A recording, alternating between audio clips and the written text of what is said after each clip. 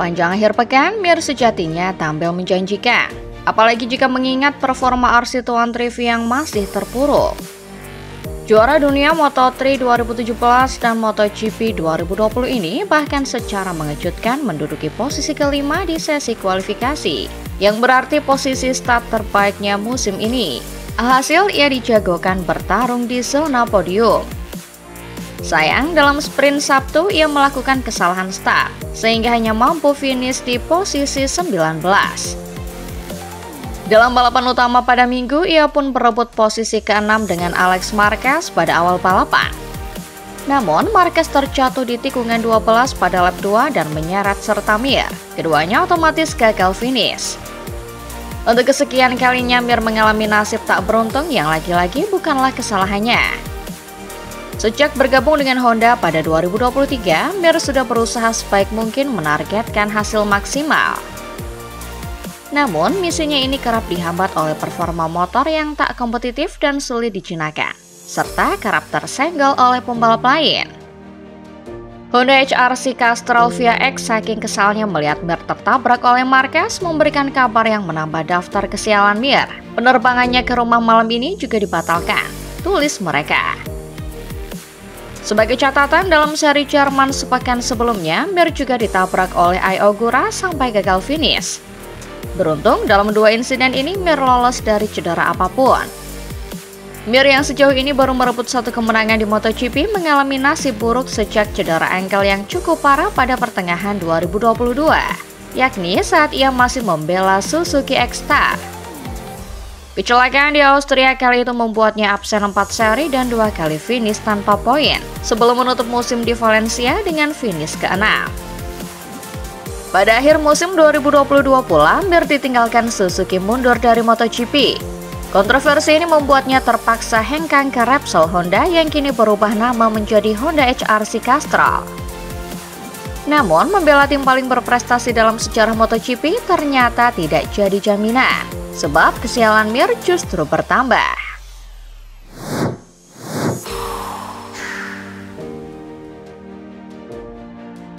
Hubungan Acosta dan KTM sempat renggang pada awal musim. Pasalnya, akibat krisis finansial, KTM sulit mengembangkan performa motor RC16 sehingga bikin Acosta dan pembalap KTM lainnya terseok-seok.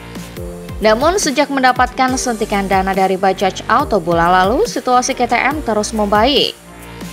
Di sprint di Brno, KTM tak hanya meraih medali lewat Acosta, melainkan juga Enea Bastianini yang finish ketiga. Di balapan utama, Acosta dan Bastianini juga mengancam di zona podium. Sayang, hanya Acosta yang akhirnya meraih trofi karena Bastia jatuh saat berada di posisi keempat dan gagal finish. Aldebaran juga tak malu-malu mengakui sempat ada ketegangan antara dirinya dan KTM akibat buruknya performa RC16 awal musim ini. Situasi ini diduga memicu Acosta ingin hengkang dan melakukan diskusi dengan Pertamina Enduro VR46 meski kontraknya dengan KTM baru akan habis pada akhir 2026.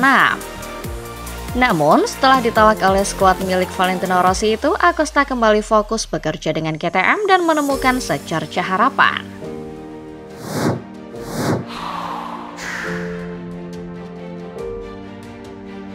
Perlahan-lahan, tim yang berbasis di Noale itu muncul menunjukkan tajinya. Murid Valentino Rossi Marco Bezzecchi tampil solid pada 3 seri terakhir. Di Republik Ceko kemarin, pengguna nomor 172 tersebut menggondol podium kedua. Hasil ini menambah banyak koleksi pencapaian besar Aprilia yang total sudah 3 kali naik podium pada sesi balapan utama. Jika dibandingkan dengan Ducati, maka Aprilia masih di bawah rival mereka tersebut. Musim 2025, Desmosedici praktis mendominasi khususnya lewat kegilaan yang dihadirkan Marc Marquez. Namun kepala kru Jorge Martin, Daniel Romagnoli yakin prestasi tersebut masih bisa bertambah lagi. Apalagi Aprilia sudah mendapatkan kepingan terakhir untuk mengganggu dominasi Ducati tersebut, yakni kembalinya Martin. Martin sudah kembali mengaspal pada MotoGP Ceko 2025 beberapa waktu lalu. Penampilannya terbilang sangat solid meski baru kembali dari cedera. Selain mengembalikan kecepatan Martin, Aprilia juga punya tugas besar yakni memagari juara 2024 tersebut. Romagnoli sendiri yakin Aprilia adalah tempat terbaik untuk Martinator.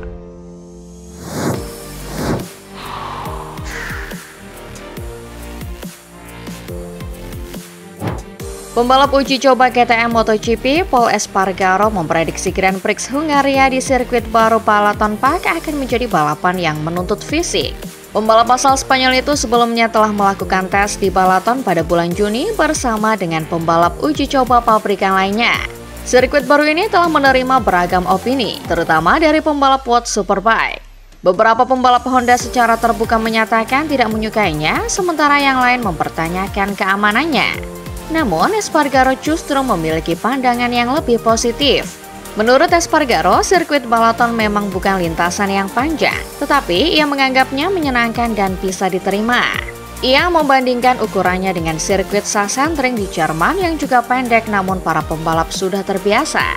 Baginya, ini hanyalah masalah adaptasi. Yang terpenting ia merasa kondisi keselamatan di sirkuit tersebut cukup baik. Berbeda dengan kekhawatiran yang diungkapkan beberapa pembalap lain.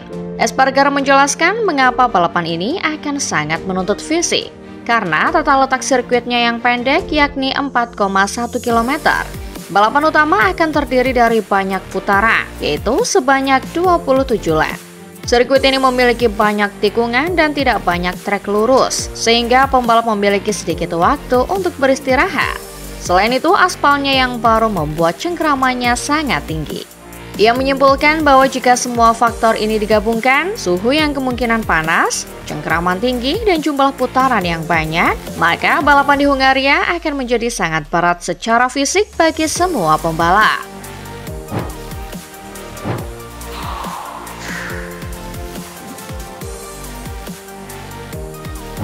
Nama Jack Miller muncul sebagai pembalap yang kemungkinan tidak akan mendapat tempat lagi di MotoGP tahun depan. Ini adalah imbas setelah Toprak Razgatlioglu dikonfirmasi naik ke MotoGP untuk 2026 di tim Pramac Yamaha. Miller telah lama dikaitkan dengan WSBK karena kontrak pembalap di hampir semua tim pabrikan di grid WSBK akan habis akhir tahun ini. Dua tempat di BMW masih kosong karena ditinggal Toprak dan kontrak Michael van der Mark berakhir tahun ini. Begitu pula Honda dengan kedua pembalapnya Xavi Vierge dan Iker Lecuona. Jonathan Rea dengan Yamaha serta Ducati yang sepertinya enggan memperpanjang kontrak Alvaro Bautista. Ini artinya banyak peluang terbuka untuk tahun depan dan banyak pembalap yang ingin mencoba salah satunya. Miller masih ingin bertahan di MotoGP dan satu-satunya pilihannya adalah memperbarui kontraknya dengan Yamaha. Namun pertanyaannya, apakah tim Pramac Yamaha atau tim pabrikan Yamaha mau?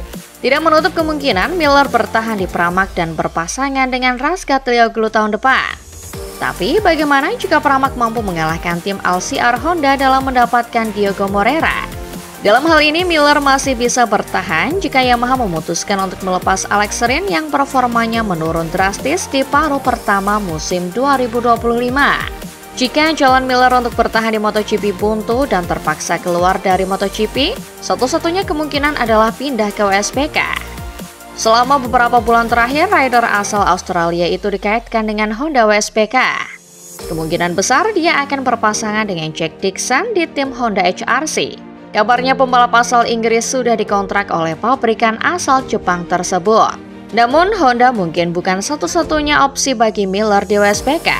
Menurut Steve Inglis, komentator siaran TV internasional WSBK yang juga menulis di whatspk.com, Miller sedang diincar sejumlah pabrikan di Superbike. Bimota telah memperpanjang kontrak Alex Lowes dan Axel Bassani untuk 2026. Sementara Kawasaki masih mempertahankan satu motor di tim Ducati untuk Gerhard Gerloff tahun depan. Di luar Honda, ini menyisakan 3 opsi potensial bagi Miller. Pertama adalah tim pabrikan Yamaha jika dia ingin tetap mengenakan baju balap biru tetapi di luar MotoGP. Kedua adalah BMW, jika pabrikan asal Jerman itu gagal merekrut Aaron Canet yang tampaknya menjadi target utama mereka, atau jika mereka berpisah dengan Michael van der Mark. Terakhir adalah Ducati, di mana secara teoritis Miller dapat menggantikan Bautista. Rumornya, Ducati berusaha membaca Canet dari BMW. Ada satu persoalan yang menjadikan jalan Kenneth bergabung dengan BMW, yakni BMW tidak mampu menawarkan kontrak lebih dari 1 tahun. Karena Dewan Direksi di Munich, Jerman belum berkomitmen untuk WSBK setelah 2026.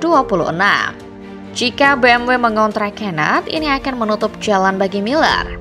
Namun di sisi lain, itu bisa memperjelas atau membuka peluang buat Miller untuk bergabung ke BMW bahkan jika Van der Mark dipertahankan.